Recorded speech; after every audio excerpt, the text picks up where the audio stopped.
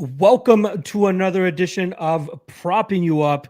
Absolutely butchered the beginning of my intro there because it goes a different way. So let me try that again for the live folks here. I'm your host, Manpreet, aka MMA Lock of the Night, and your boy on social media at MMA LOTN. This week, joined by a short notice replacement, a club and sub fellow as well. So coming from the same group of guys, so we're pretty sure that the quality of breakdowns are going to be high level just as well. We got my guy Danny Legs. Legs, what's going on, brother? Not that much, man. Just taking my lunch break here. Happy to, chat some MMA pretty much with anybody at all times. And yeah, happy to be here. Hell yeah, brother. Hell yeah. Funnily enough, Danny was one of the first guys to kind of reach out to me to be like, hey, if you ever need somebody for the Propping You Up show, I got your back. I got an eye for the props, and I know he does. So I did reach out to him. Unfortunately, our schedules were not able to kind of work out, and John was able to step in. But I'm glad that I was still able to get him into the show here. Even if it's on short notice, we can still get his props as well. I know my guy is doing it from the car right now, doing it for his lunchtime. I believe he's in line for Chick-fil-A right now, and I'm hoping that he's going to order me something and toss it all the way from Florida up to here in Toronto because I would love to chow down on that as well. But we know he knows what he's talking about with his props, and I can't wait to share it with you guys as well. So let's keep this thing nice and official. We're going to get right into the first fight of the night. We got they keep changing around the goddamn order of it. So let me just quickly see what Topology has. So first fight, according to Topology, is going to be Jesse Strader against Chad Anheliger. In terms of odds, we got some chalk on the Canadian side. He's coming in at minus 250, plus 200 the return on Jesse Strader. I saw you tweet out this prop a little bit earlier this week, and I'm like, that's the one that I want as well. And that's exactly what I ended up pulling the trigger on. And that exactly is the under 2.5. Jesse Strader, I believe, 6 out of his 7 fights have finished inside the distance. I believe on the flip side for Chad Anheliger, it's 14 out of 16 fights that have finished inside the distance. Both guys like to throw a big heat. Both guys like to strike mainly, and I think there's going to be plenty of opportunities for these guys to go out there and find that knockout blow. The only thing that's kind of keeping me away from making this like a lock of the night type of play is there's just something in the back of my head that's just like, this could be one of those spots where it's just a 15-minute barn burner and neither guy actually fully goes out. I do think eventually that Anheliger will be able to find that knockout blow, as Strader does get a little bit too over aggressive at times. He likes to wing his hooks a little bit too much, but he throws with a ton of power. I think he could catch Anheliger at a certain point. And shout out to anybody that took the shot on Strader as well, because I do think the line is inaccurate. But rather than taking the dog shot on Simple Jack, I'm going to be taking the Violence bet here at the under 2.5 instead. What is there any other prop that you specifically like for this one? And then ultimately, who do you think gets their hand raised as well? Yeah, no, there's really nothing too much to add. I guess I like the under 2.5. Like I said as well, I have the under 2.5 minus 125. Small play for me as well. I guess I would say the only qualm I would have of it, again, like you said, not having like a huge play on it, maybe just we haven't really seen Anheliger knocked out before. Yeah, his durability seems, just suspect. I would say like his defense is fairly suspect, but I don't think there's too much concern. I think these guys are going to come to bang. And how you set up this fight perfectly. Like I like talking about props because I think this card in particular, I don't think there's a ton of money lines that really stick out to me. I think there's a lot of props that more so speak out to me, but even then, so I don't think there's a ton of great props to be had on this card. I think there's a couple handful here and there, but not a ton. But this one definitely sticks out to me. I like the under 2.5. I think these guys are going to come to bang, and both of these guys are defensively flawed enough that I think it's going to come, look pretty easy at minus 125. I've seen a couple of people actually take the submission prop on Anheliger, which is currently sitting around plus 400 or plus 500, depending on where you're looking at. I could see that as a potential. I do know he has those submissions up his back pocket in case he needs it, but I do think that this will be more of a firefight than anything. All right, let's move on to the next fight here. We got Deanna Belbita going up against Gloria de Paula. In terms of odds, we're looking at minus 120 for Belbita and plus 100 the return on Gloria de Paula. Interesting fight here between two mainly strikers, right? Belbita, when you watch her on the regional scene, she's just a firecracker moving forward, just throwing a hellacious shots and wild winging hooks and kind of reckless, right? But that's just kind of the level of competition she was fighting over there. She could do that and get away with it. But then when she came into the UFC, they introduced grappling. something that RXF didn't seem to have in the rules or something. But I do think that Molly McCann obviously opened her eyes to it, and then even Liana Jojo, which the interesting part of that fight was she was the one that went for the takedown and ultimately got submitted that night. Which was hilarious. Looks like my man Danny's about to be making his Chick-fil-A order. I'm hoping he's dropping one for me as well. But either way, I'm going to continue on with this breakdown until he finishes his order there. But yeah, pick 'em line here. I kind of get it, but I think people are just counting out GDP a little bit too quickly here. I know she got knocked out in the last fight by Cheyenne Vlismus in a spot where, she got taken down, but she was working right back to her feet and then eventually got caught with that kick. And then the fight before that, she, shit the bed as a pretty big favorite against Jinyu Fry. And I think that's why people are low on her, especially considering on the flip side with Diana Belbita, we have a great performance from her against Hannah Goldie, where she was able to show off her striking and show that she could actually go a full 15 minutes if that's what's required of her. However, I think that Paula is actually the better striker here. A little bit more discipline, great leg kicks, and I think she'll be able to kind of counter Diana Belbita whenever Belbita tries to crash forward and get her wild striking off. I like Paula. I'm not counting out a possible DePaula via KO at plus 500. I think that's a little bit juicy, especially considering how wild DePaula gets, the Belbita gets at times. But my official prediction was DePaula by decision at plus 200 because I could see this going the full 50 minutes where she just has a cleaner striking performance compared to the wild style of Belbita. The only thing that concerns me, and then I'll pass this on over to you, Danny, is the potential volume that Belbita might have on DePaula, because DePaula might be trying to keep it a little bit more crisp and clean, whereas Belbita is just going to be throwing volume out there, and maybe optically that's what the judges will see a little bit more. But I do like the DePaula side, cleaner, better striker in my opinion, and I think she gets her hand raised here. Intrigued by the KO prop, but I ultimately think she gets it done by decision. How do you like this one? It's funny. We were talking about it on our podcast last night. I kind of think similar point here. We go from one of the lowest level men's fights, Jesse Strader and Chad Anheliger, to now one of the lowest level women's fights in Diana Belbita and Gloria DePaula. So I don't really have a strong take here. I kind of think similar to the last fight. I think violence could be a good look here. I think both of these girls are very offensively minded and both lack defense, for lack of a better word, really. I think it's very low level women's MMA. And I think this is your, 1-800-GAMBLER type of fight. Like, I don't see why anybody should have supreme confidence on either of these girls around that pick 'em line, really.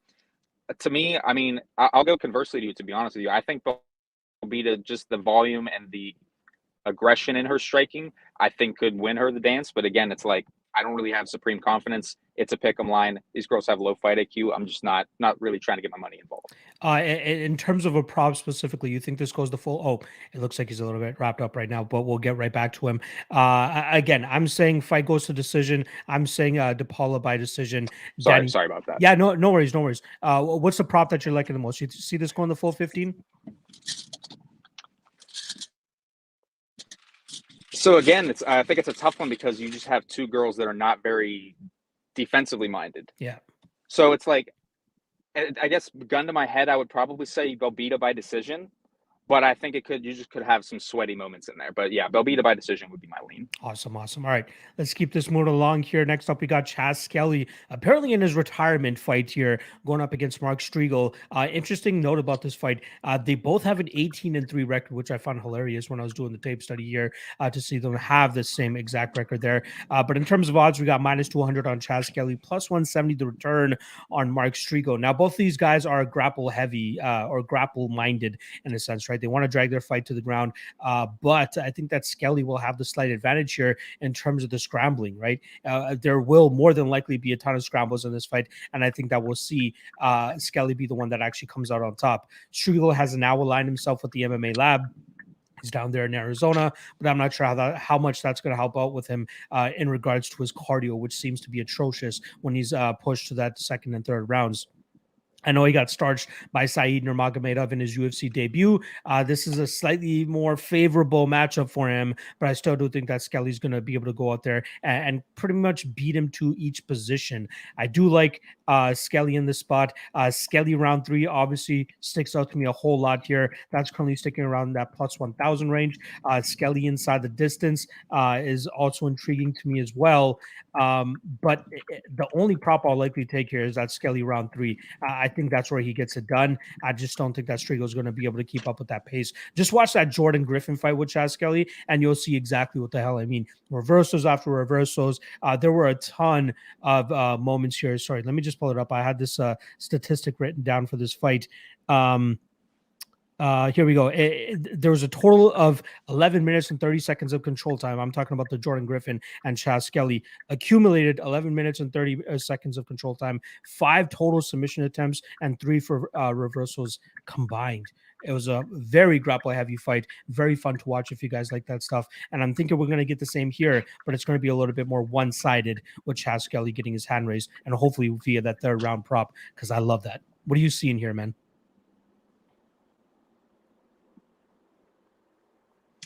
Yeah, I'm not really disagreeing with you with the side. I like Chaz Skelly here, but it's tough to really pay this price tag, the minus 215 line, with Skelly coming off of this long layoff. You don't really know where he's at training wise, and not to mention, like you just brought up, the retirement fight. I mean, he's been talking all this week. Oh, this is going to be potentially my last fight. Like, it's tough to really get behind a kind of guy like that. We saw last week, obviously, was Roxanne. But yeah, I mean, for me, you nailed it with the cardio aspect. I think the Skelly cardio advantage here really is what's going to win him the dance, but I just don't have supreme confidence, obviously, to lay that money line. But I think from a prop perspective, I was looking at it a little bit from a violence perspective, but again, not a strong take here either. But the fight ends by submission at plus 130. Not horrible, but again, it's another fight I'm just not looking to invest heavily.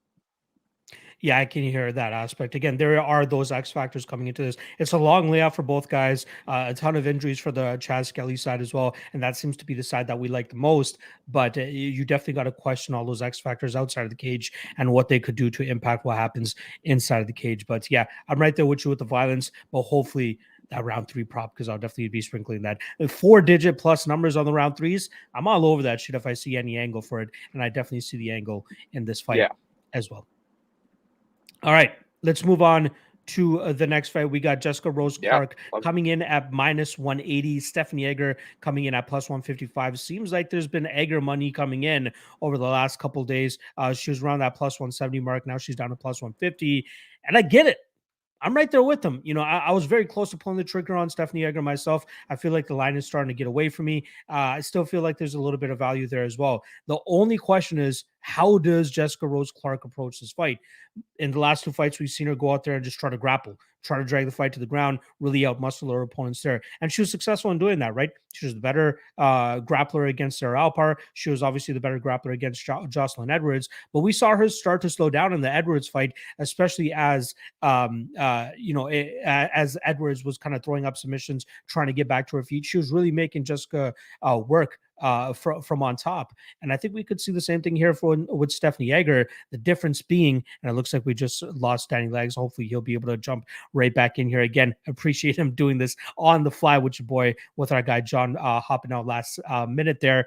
But continuing on about the Stephanie Egger fight, I could see if Jessica Rose goes out there and tries to grapple heavily like she has in the last 2 fights, we could see Egger go out there and maybe pull off some sort of judo throw or redirect her momentum and get a takedown of her own. She seems to be very well crafted in there. Now, I see a lot of people alluding to the Tracy Cortez fight as to why Stephanie Egger is going to lose this fight. But Cortez and Rose Clark are on completely different levels in terms of grappling, in my opinion. Rose Clark is still developing that part of her game, and she's developing the rest of her game, which is the filling out 135 pounds. She used to fight at 125. She's been at 135 for the last couple fights. But I do think that she might be a little bit outmatched when we get into the grappling realm. In the striking, things could get a little bit interesting.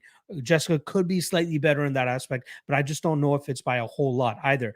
What I am liking here, though, is Stephanie Egger via decision. Plus 275 is what that's at. But even her submission prop at plus 800, I don't think it's out of the realm of possibility that she could catch Jessica Rose slacking here. But I do think that she could either win this fight via control or find a submission in her own right. And we got my guy Danny Legs back right here. Danny, we're on the Egger and Clark fight. What side are you liking there? And then ultimately, what prop do you like the most as well?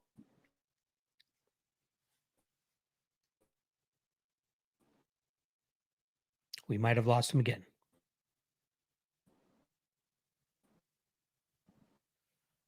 I think we lost him. God damn, we lost him. Again, I appreciate you guys sticking with your boy. Let me see if I can get Danny right back in here. It looks like he booted himself out to come back in. Again, a little bit of an impromptu episode of propping you up here. And then again, I really appreciate my guy Danny Legs hopping in to save the show. Hopefully, his connection is going to start to pick up, and then we can keep this thing going. There he is, Good Danny. now? Oh yeah, we're back. We're back. Jessica Rose Clark, Stephanie Egger. Should be What good. do you like? Yep.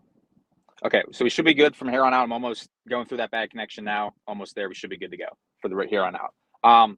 Honestly, I'll be honest with you. I'm on the opposite side here. I like Jessica Rose Clark here, and I haven't moved in on a bet myself, and I'm just kind of waiting because it's kind of been one-way traffic. But I think that obviously judo players in general aren't great off their back. Luke mentioned that on our podcast last night. I think that JRC, if she wanted to, could land takedowns here herself. But I don't think that's the smart strategy here. I think the smart strategy here is keep this standing. She's got the cleaner, crisper striker. She has the cleaner, crisper striking here. And yeah, I pretty much think that JRC could win this fight anywhere she wants to. She could win this fight standing. She could take this fight to the ground, win it standing, or win it on the ground. Her by decision plus 160. Don't hate the look. I just think that the levels on the ground when JRC is on top, I think that she could end up finding a finish. But again, not to too degree of a confidence for the finish. But I just like JRC in general. I think the money line's solid play enough, and wouldn't get too cute about it. But JRC by decision if you had to make me pick a prop on it. Okay. I like to hear the perspective on the other side as well. I'm interested to see what the sizing will do in terms of the strength and how that plays in part, how this matches up. Because Jocelyn Edwards was, she didn't have much strength to offer in that fight. The takedowns came very easy for Jessica Rose Clark. Sarah Alpar on paper supposed to be a better wrestler than Jessica Rose Clark. She was able to get that done as well. I'm interested to see if she can do that here against Stephanie Egger as well. And we're only a few short days away from finding out if that's the case. But I do believe that me and Danny are on the And same. the thing is, go ahead. I was gonna say with Edwards too. She's not a very strong and physically imposing girl, but she's a big girl. Yeah, she's tall. She's tough to take tall down for sure. So I think that fight in general, that fight was a great. Yeah, I think that fight was a great lead up into this fight for her for sure. For sure. All right. But we do agree on the fact that we could see this go the full 15 minutes, and fight goes to decision currently sits at minus 175, minus 200 for anybody interested in taking that bit of chalk. All right, let's move on to the next fight here. The fight talked about pretty much all week that a lot of people seem to be on both sides about Gabriel Benitez, the veteran, going up against David Onama, making his sophomore trip to the octagon here. In terms of odds, we're currently looking at minus 150 for Onama, plus 130 the return on Gabriel Benitez. Now, this opened up closer to a pick'em and a ton of money coming in on the Onama side. And I personally don't understand it myself. I'll let you make your case first, and then I'll trickle on anything else that I feel like you may have left out on. What do you like here? And then ultimately, what prop do you like the most?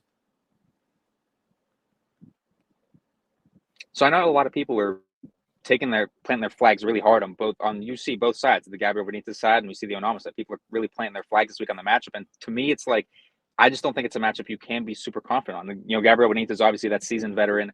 He's got the cleaner, crisper striking here. It's just more or less, is he going to get caught in that 15 minutes and get put out by David Onama? Because we've seen his durability questioned a lot lately. But I mean, to be honest with you, I think it's just crazy lining Gabriel Benitez's dog to David Onama's. The fact the strength of schedule that we've seen from him, it's just really tough to go out there and say, oh, he should be 60% implied here against a seasoned vet like Benitez. I like Benitez here. Don't have too strong of a play from a money line perspective. I'm not going out there and looking to play him, but I think if from a prop angle, I think him by decision at 3-1, I think that's a solid angle. I like that. Yeah, I like that. I'm actually on the Benitez side myself. I haven't made the bet, but I'm just waiting to see where the line starts to drift. I've, on Pinnacle, I saw it closer to like plus 120 yesterday. Now I'm seeing it closer to the plus 130, plus 135 range. I'm hoping that it hits plus 140, plus 150. I'm just trying to be very disciplined and patient in regards to that line movement because I just want to extract as much value from it as I can. Yeah, I said it earlier this week. I feel like the overreaction on David Onama's performance against Mason Jones is making him the favorite in this fight. Yeah, he was able to ding up Mason Jones a bunch, but that's how Mason Jones fights.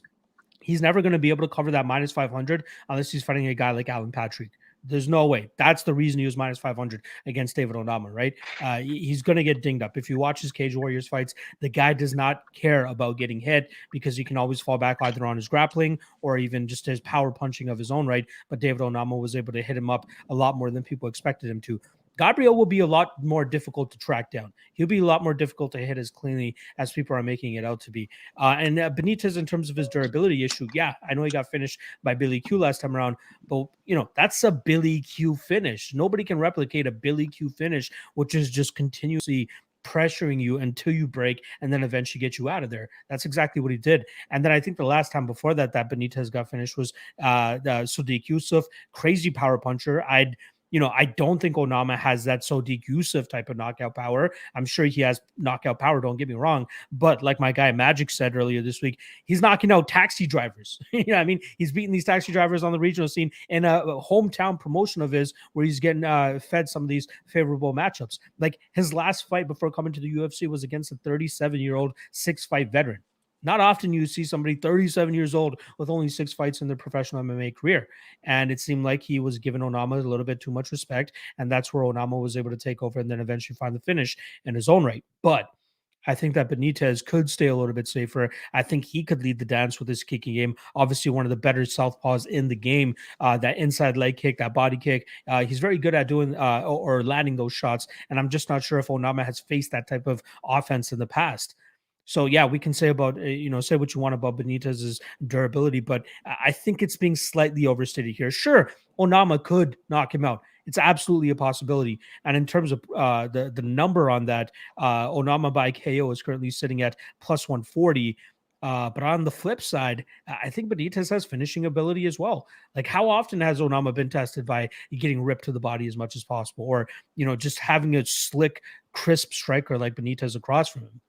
Benitez has always been the guy that's kind of been underrated, right? A lot of people kind of just look at him and just be like, oh, he's just another journeyman inside the UFC. He's going to beat the Justin Jameses of the world. And I've even saw this one comment about who has Gabriel Benitez beaten that's still inside the UFC. What makes you think that David Onama is good enough to stay in the UFC? You know what I mean? Like it's the same shit. Like it doesn't really give me any information as to why Benitez is going to lose this fight just because all of his wins are against guys that are no longer in the UFC. Onama will likely be one of those guys as well if he does not go out there and perform this weekend. So a couple of spots that I'm looking at in terms of props. The under 2.5, which is an alternate line, sits at minus 140. Don't mind that. Benitez by KO plus 500. Don't mind that. I'm giving Onama the benefit of the doubt that he is durable and he should be able to take some shots because he did take some pretty big shots from Mason Jones in that fight. So the prop that I put out in my best bets and props article was Benitez by decision at plus 275. But that plus 500 Benitez KO is whispering in my ear right now, and I might have to trickle a little bit on that. Anything else you want to add to this fight, or do you want to move on from here?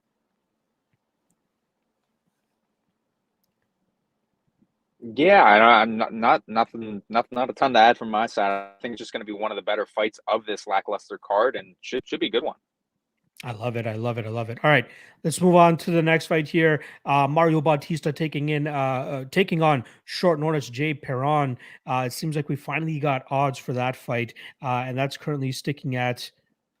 I thought we had odds for that. Oh, there it is. Minus 320, Mario Bautista, plus 250 the return on Jay Perrin. And good God, was it tough to get through that tape for Jay Perrin because that guy, oof.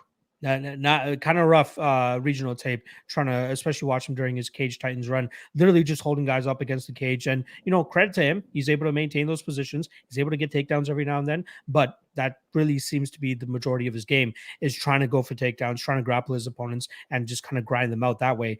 Bautista, I believe he's holding a 70+%. I should have had this number ready to go for you guys here, but Mario Bautista has a 70% takedown defense rate. Trevin Jones went 0 of 3 on takedowns, but obviously Trevin Jones didn't need the takedown because he eventually found that knockout blow. But I think that's what it's going to be. It's going to be a lot of Jay Perrin looking to get the takedown here and try to grind him out. I think Bautista will be ready to go for that. I believe he's scheduled to fight Kali Taha, who's known as a power striker, but also has a wrestling game of his own. So I'm sure he's been drilling some wrestling there. I think Bautista will be successful in terms of keeping this fight on the feet and kind of picking apart Perrin from distance. And I do think that he'll actually find that finish at a certain point here as well. Bautista inside the distance +170. I don't mind that. But I still want to see what Perrin brings to the table. And this is not a Perrin that's hopping off the couch. This is a Perrin that was scheduled to fight in 2 weeks. So the guy's in shape. The guy's ready to go. The guy's in Las Vegas already. He's training at Syndicate MMA.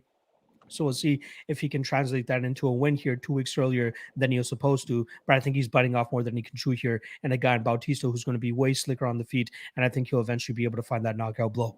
Bautista inside the distance +170. That's what I'm rolling with. What do you like here?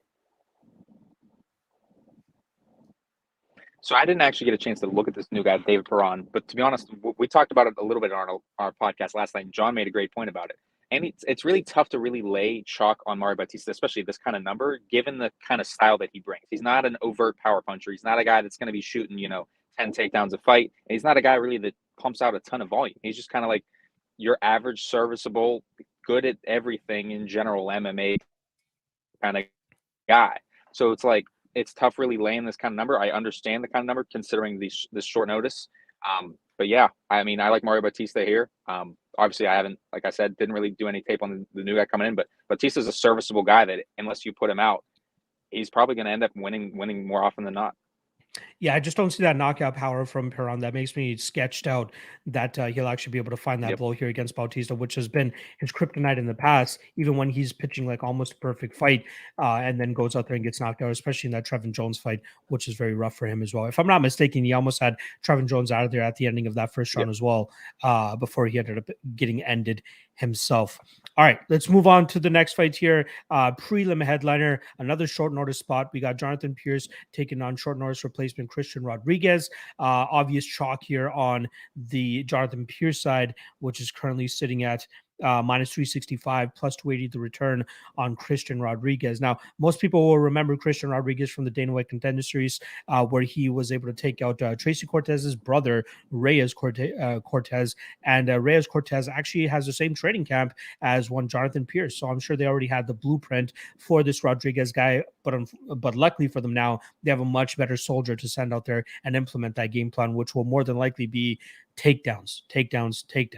If I'm not mistaken, Jonathan Pearce has a 5-inch height advantage on Christian Rodriguez, and I think that's just going to be a little bit too much to deal, not to mention the strength discrepancy that we'll likely see here. I think Jonathan Pearce will be able to drag this fight to the ground and pose as well. Rodriguez seems like he has potential, man. The guy has some good hands. He has some good movement. Obviously trains out of Rufus Sport in Milwaukee.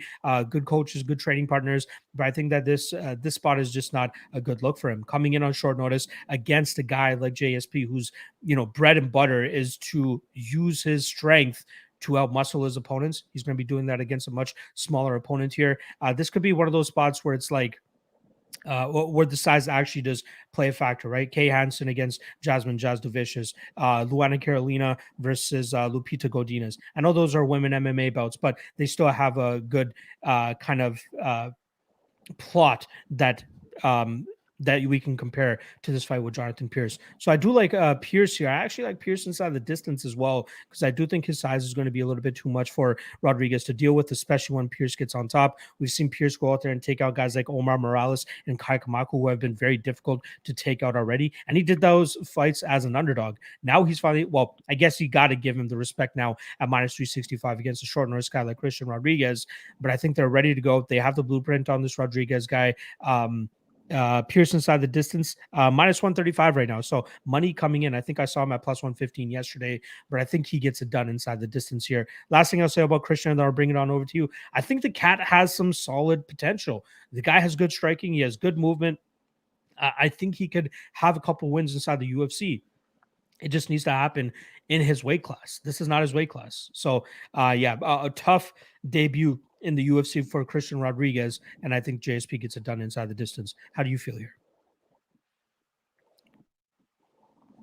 Yeah, I'll continue it along there. I think that, and JSP in general is a tough guy to fight against, let alone making your UFC debut on. I mean, he's, again, kind of similarly, not obviously the same as Bautista, but he's a guy that's serviceable everywhere. He's a good striker. He's a good grappler.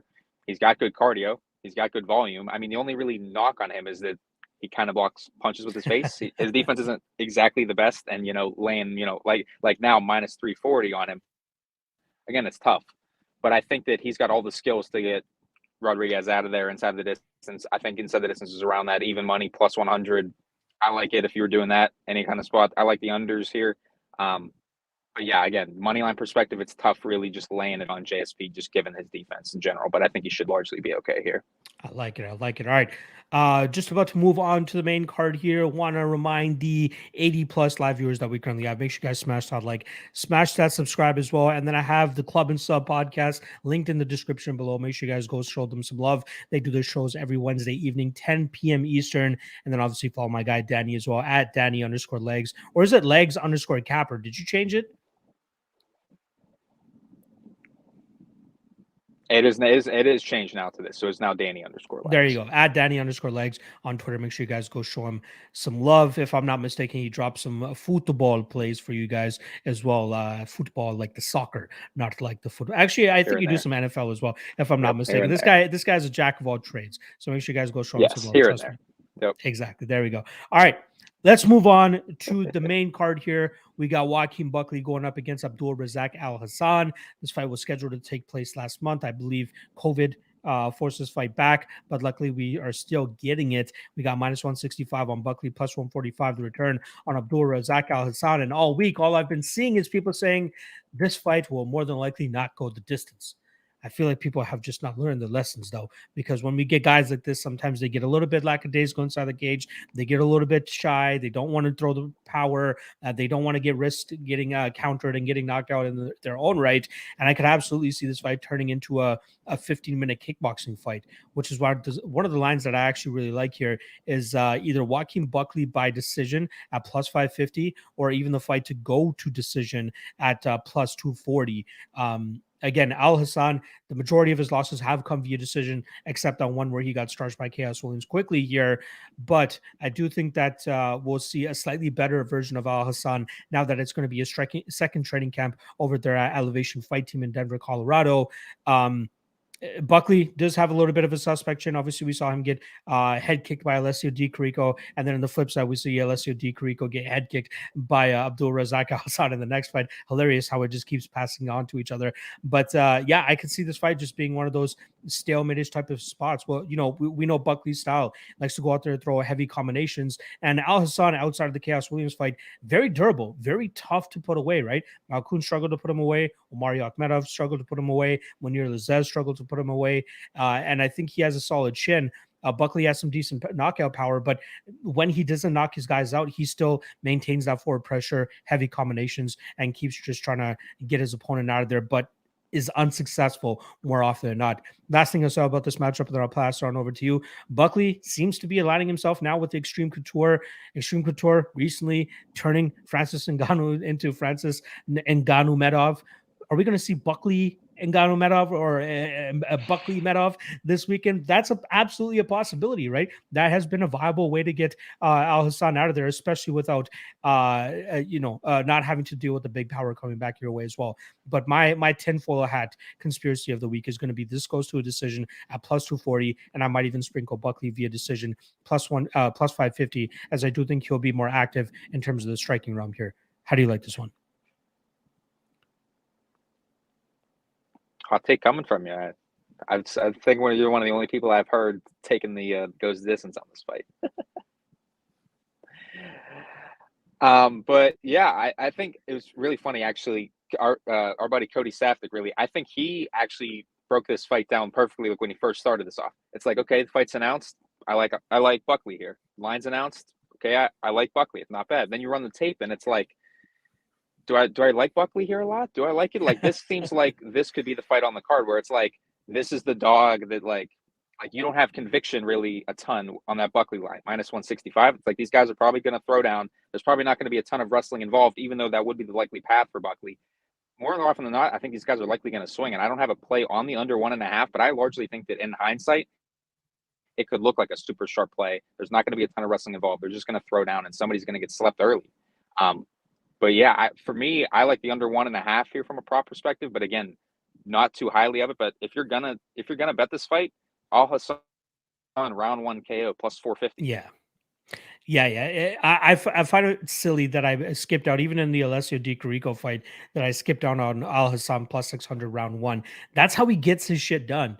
I mean, in this fight right here, we got Alhassan round 1 currently sitting at plus 475, plus 300 at a couple spots. Might be just an auto bet considering that's usually his win condition. But yeah, I'll stick with my hot take on the Buckley via decision spot here. Again, I think he'll just have more work that he's going to be putting forward here compared to the knockout blows that are likely to be coming from the Alhassan side. We'll see how it goes down. All right, let's move on to the next fight here. We got my guy. Real quick. Yeah, go ahead. Oh, yeah. So last thing, I know our boy John just pulled out earlier this week, but he actually had a great prop on this fight. So he has Joaquin Buckley decision only. So if this fight goes the distance, obviously, and Buckley wins by decision, you cash your bet. And if it ends inside the distance, obviously, that null and void. Buckley by decision only is only minus 125. Ooh. I don't really see how Alhassan's winning a decision here. I think if he's going to connect at all, I think he probably knocks him out, and this fight ends inside the distance. So pick him line on decision only. I think that's a no-brainer. So great find by John. I can't wait till I have access to those types of props. Like, I think that's like what a FanDuel or DraftKings type of thing. I can't find any or websites up here in Canada, or at least in the Toronto area, that I can do that. Yeah, DraftKings largely is the one that I know that does it in the States. I know FanDuel at the moment, they've added no scorecards, but they don't have decision only at the moment. There you go. If you guys have access to that, I think that's a very good spot. Minus 125, and then it gets voided if he gets knocked out. Yeah, I like that spot. All right, let's move on to the next fight here. We got I got a little bit antsy there. I thought we got my guy coming up next, but it's actually Jim Miller against Nicholas Motta. In terms of odds, we got minus 180 for Motta, plus 155 the return on Jim Miller. Another fight that was scheduled for a couple months ago or a while ago, I should say. But now luckily they're finally getting it done here. Interesting line, right? Because I think earlier they were roughly around even money when they were first scheduled against each other. And then I think Jim Miller has that Eric Gonzalez fight. And now all of a sudden, Nicholas Motta sitting at minus 180. A couple of spots that I like here, and I know you like it as well, as the under 2.5, which is currently sitting around minus 140. Fight doesn't go to decision at minus 140, minus 150, depending on where you're looking at. But pretty simple fight. Nicholas Motta wants to go out there and strike with Jim Miller, try to knock his ass out, or Jim Miller is going to be looking to ground this fight and try to get his submission or his BJJ game going on. And I think Jim Miller is not completely lost on the feet here. He's shown in a couple other fights that he can still crack on the feet. Obviously, in the Eric Gonzalez fight, that was something that's very obvious. If he cracks Motta here, he could definitely have some success there. But I do think that the majority of this fight, if it stays on the feet, will be Nicholas Motta touching up Jim Miller and then eventually finding that knockout blow at a certain point. But the ground game of Motta is a little bit of a concern. So if Miller does drag this fight to the ground, finishing opportunities present themselves, in my opinion. So the unders is what I'd be looking at. But in terms of a side, I ended up going on the Nicholas Motta side, and Motta by KO is currently sitting around plus 150, plus 200, depending on the book that you have. But I think we see violence here. Either or, I don't mind taking a little bit of chalk on the under just so I can cash this no matter who it is getting it done. Last thing I'll say, and then I'll pass it on over to you. Miller by submission, currently sitting at plus 350. Absolutely a possibility. How do you see this one going down?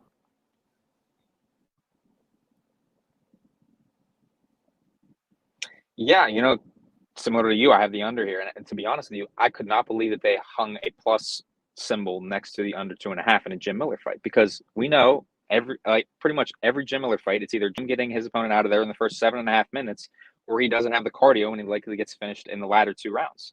So I think it's largely similar here. We see Jim having a huge grappling edge early in this fight, and if he's not able to get Motta out of there, I think Motta is more than capable of knocking him out. So under 2.5 plus money, I think that's a no-brainer. I think John mentioned it on our show last night. I believe Miller round 1 sub is sitting at plus 850.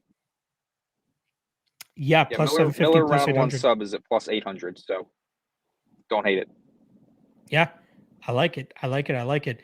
All right, let's keep this thing moving along. Next up, we got Parker Porter, my guy. Parker Porter taking on Alan Baudot, heavyweight scrap right here. And this is one of those heavyweight fights where we have a little bit of a skewed fight, doesn't go to decision line, which I think is a very good spot here. Currently sitting around minus 200, minus 180 on a couple of spots.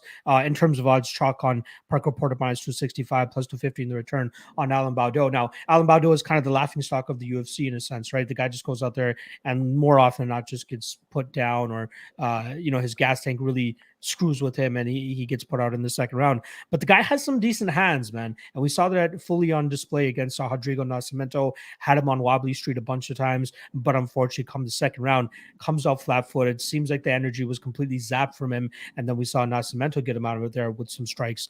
Parker Porter, his durability has held up pretty well in his last 2 fights. I believe his fight against Chris Daukaus was super short notice. I believe he cut 30 pounds in 2 weeks, which I absolutely believe is not good for your durability at all. But even if he did have a full training camp for that, Chris Daukaus is just much quicker to the punch, faster. Faster, and obviously has a bunch of knockout power as well. So this could get hairy for Porter in the first round. I see Baudot currently sitting round 1 is plus 650. I think that's a damn good hedge spot if you find yourself too deep on the Parker Porter side.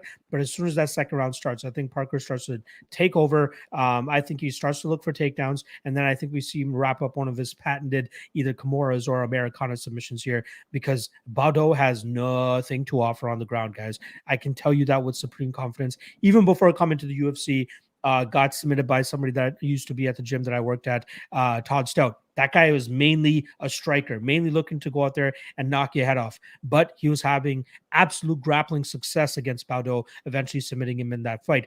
First ever submission on his record, if I'm not mistaken. And again, everybody at the gym was like, holy fuck, he actually pulled off a submission. Everybody was surprised that he got a submission that night. That just lets you know what kind of level ground game that Alan Baudot has here. But Parker Porter has a decent ground game, man. The guy has a couple of submission victories on his record, and this is absolutely one of those spots that he can go out there and replicate that.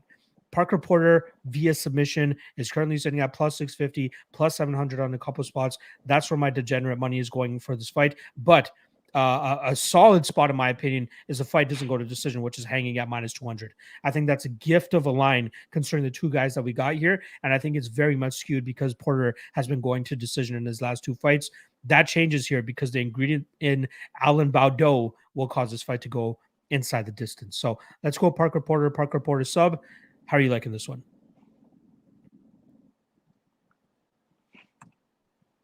Yeah, man, you let the cat right out of the bag. One of my best prop bets is Parker Porter by sub at plus 700.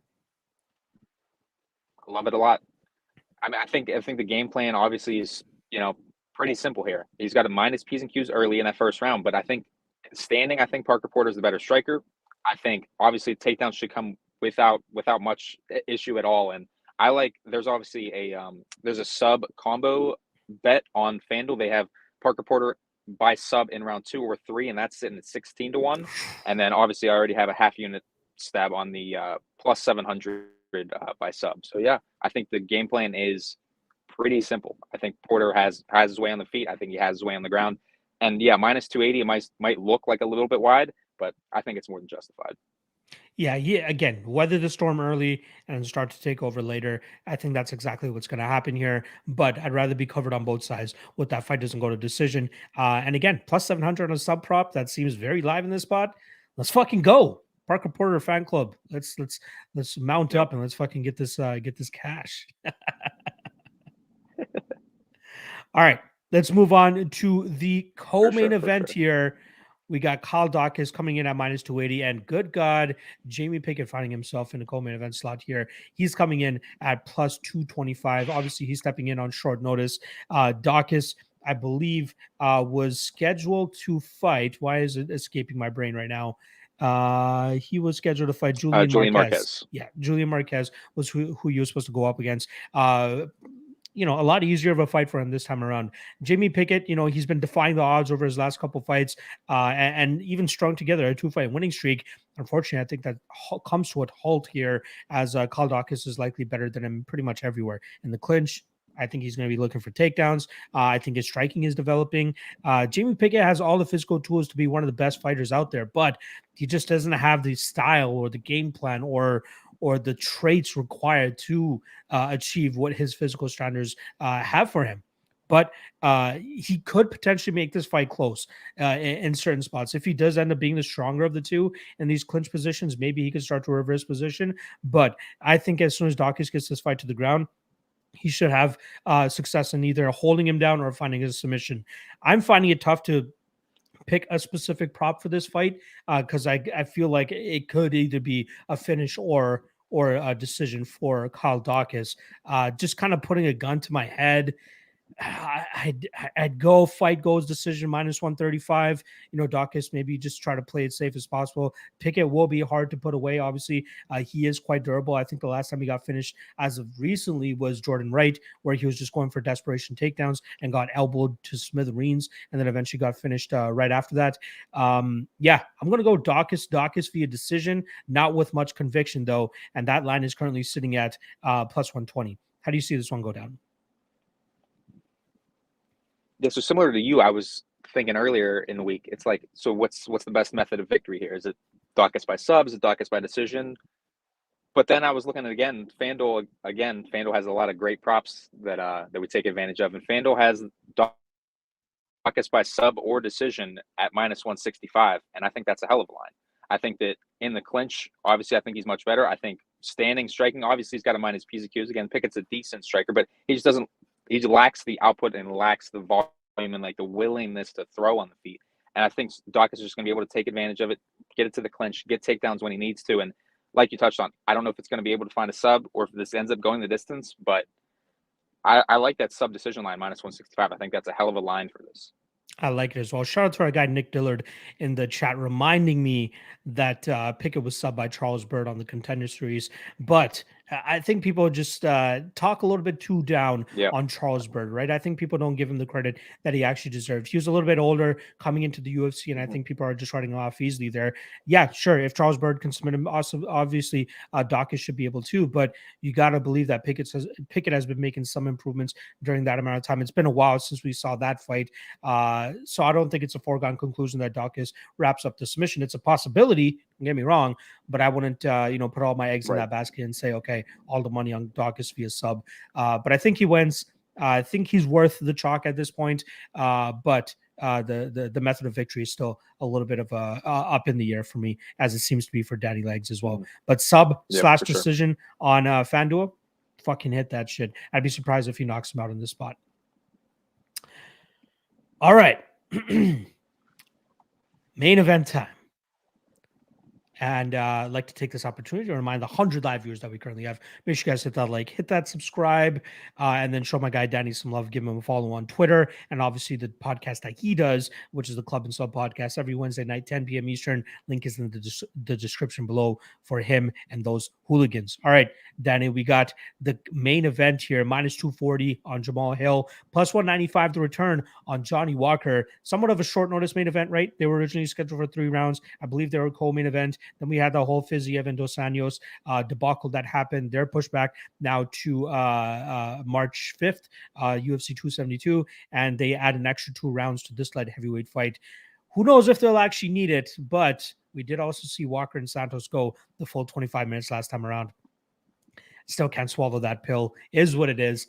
But I think we have a solid ingredient here in Jamal Hill to make sure that fight doesn't go to decision hits this time, as he doesn't mind getting a little bit more reckless than what Thiago Santos has been doing as of late, right? Back in the day, Thiago Santos used to be that guy that did it worry about discipline, didn't worry about, being the sharpest striker or the crispest striker. But now he's been playing it a little bit more safer than he has earlier in his career. Jamal Hill, on the other hand, he can snipe you from the outside still. And I think if Johnny Walker wants to continue feinting and only kicking and waiting to throw his hands and just continues to wait and wait and wait and doesn't throw like he did in that fight against Thiago Santos, Jamal Hill's just going to find that chin eventually, and he's going to be able to put him down. I do think Jamal Hill finds the knockout in this spot. I'm still kicking myself for completely swinging on him from, picking him to be Paul Craig, thinking he's worth the juice in that fight, and then just completely dismissing him in the Jimmy Crute fight and not even bothering taking the stab on him there as the underdog. But he made quick work of Jimmy Crute that night. I think he's going to make quick work of Johnny Walker this evening or this weekend as well.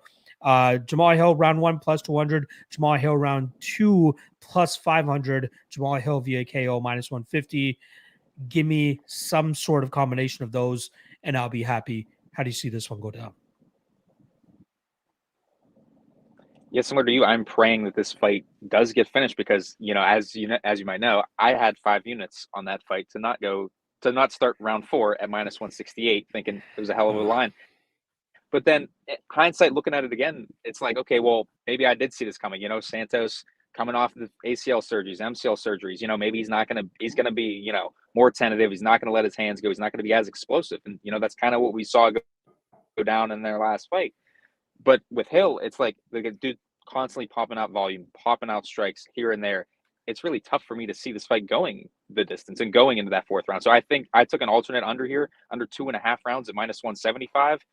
FanDuel still has the fight doesn't start round 4 at minus 190. I know it's chalky, but I think Hill is the recipe for this fight not going the distance and not so much more on the Walker side. Even if we get a more patient Johnny Walker, well, Hill's not just going to stand there. Hill's going to piece him up, and he's going to be able to pretty much nuke him, I think, at any point. I think Hill KO minus 130 is good.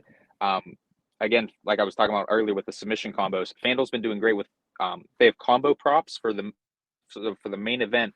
They have Hill by KO in round 1, 2, or 3 at plus 115. I think that's a great line as well. I either need to move down to the States or whatever it may be. I might have to invest in FanDuel, invest in DraftKings, and get them to fucking come north of the border because those are some great props. I love those props. Absolutely.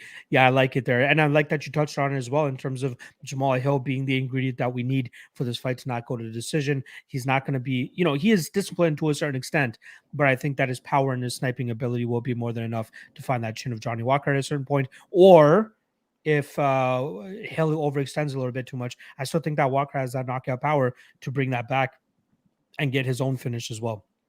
All right, let's get into the last segments here, which is the 3 best prop bets. We're going to be having 4 guys today sharing their 3 best prop bets. But first and foremost, let me announce who's going to be doing the Ultimate Weigh-In Show tomorrow. We got my guy, Brandon Olivas. You guys obviously know him from doing the show with Santino DeFranco. Bets and Picks, I think is what they're calling their show. But Brandon Olivas, it's been a while since I've had Brandon on the show, so I'm more than happy to have him back on the show and run it through with me as well. We don't have a set time yet. I'm still waiting on Brandon to give me what his schedule is for tomorrow, but as soon as I find that out, I'll be tweeting that shit out, and obviously I'll be posting on my YouTube channel as well, so make sure you guys keep your eyes peeled. Brandon Olivas tomorrow, Ultimate Weigh-In Show. All right, let's get into the 3 best props. Now, I'll kick things off. Then we'll do John's, then we'll do yours, and then I'll do Cody. So first and foremost, I'm going with Porter via sub. Like I said, plus 700. I think it's a damn good spot. I think he eventually gets Baudot down in round 2 and then go from there. I really like Porter, and I think that line it reminds me of Kyler Phillips plus 500 this past weekend via sub as well. So I think that this is going to be one of those spots where that hits, but the fight doesn't go to decision is easily my favorite prop in that fight because it covers both sides. And I would be remiss if I didn't actually mention the plus 650 on Alan Baudot round 1, which is likely his path to victory in this fight. All right, second up, I have Anheliger and Strader under 2.5 at -165. That's what the line is currently at right now. I think one of these guys gets to finish, either Anheliger knockout or sub, or Strader just eventually finds that knockout of his own because the guy packs a ton of power. Unfortunately, he's just a little bit too wild and reckless at times. I think that Anheliger could counter that and get his own finish. Lastly, I'm going to go Buckley Alhassan fight goes to decision plus 240. Like me and Legs were talking about at the top of the show, not the greatest card for props. So I really had to dig deep for one here. And I'm going to stick with my tinfoil hat conspiracy that we see Buckley and Alhassan, have their moments, maybe get some grappling involved, but we see this fight go the full 50 minutes. And I do think that Buckley gets his hand raised here, plus 550 on his decision prop as well. I'm in. All right. I will swing it on over. Well, I'm going to be doing John since he's not here. He likes Porter via sub at plus 700 as well. His next one, he likes Benitez inside the distance at plus 350. He originally dropped Benitez via KO, but he does think that submission is a possibility for him as well. But he ends up going with inside the distance plus 350. And lastly, he's going to go with Skelly inside the distance at plus 150. And another guy that messaged me even before we did the show here.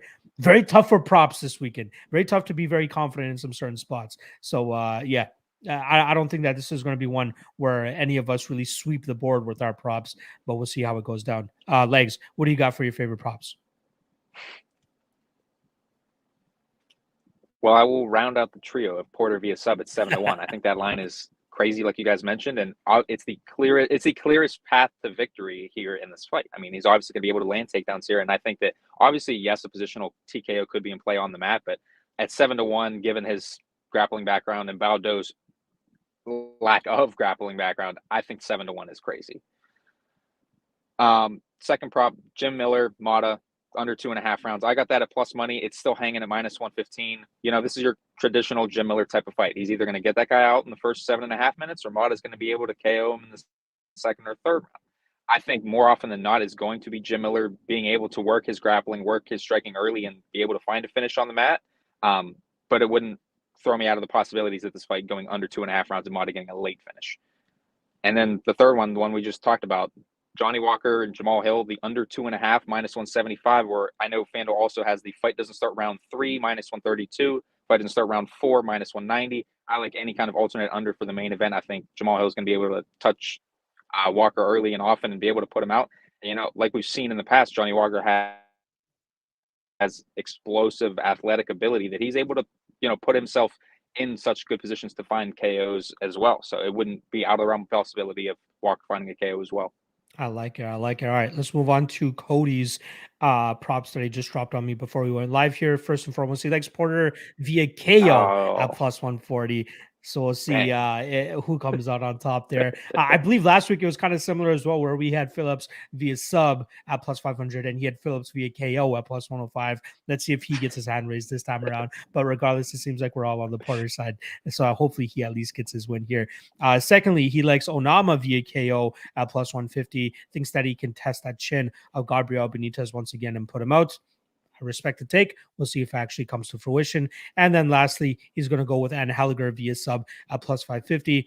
I'm happy with that since hopefully it's going to be under 2.5. I don't care which method it is. As long as it's under 2.5, I'm happy with it. And Cody, obviously, a Canadian MMA encyclopedia, and I'm sure he knows more about Anheliger than most of us do. So maybe he knows that Anheliger looks to decide or will look to drag this fight to the ground and wrap a submission up. I'm completely okay with that as well. All right. Danny, I appreciate you taking the short notice call up here. I'm sure that your Chick-fil-A is getting nice and cold over there, and you're going to be enjoying that afterwards. That's okay. That's all right. But yeah, any last minute notes here that you want to say, and then I'll sign us off.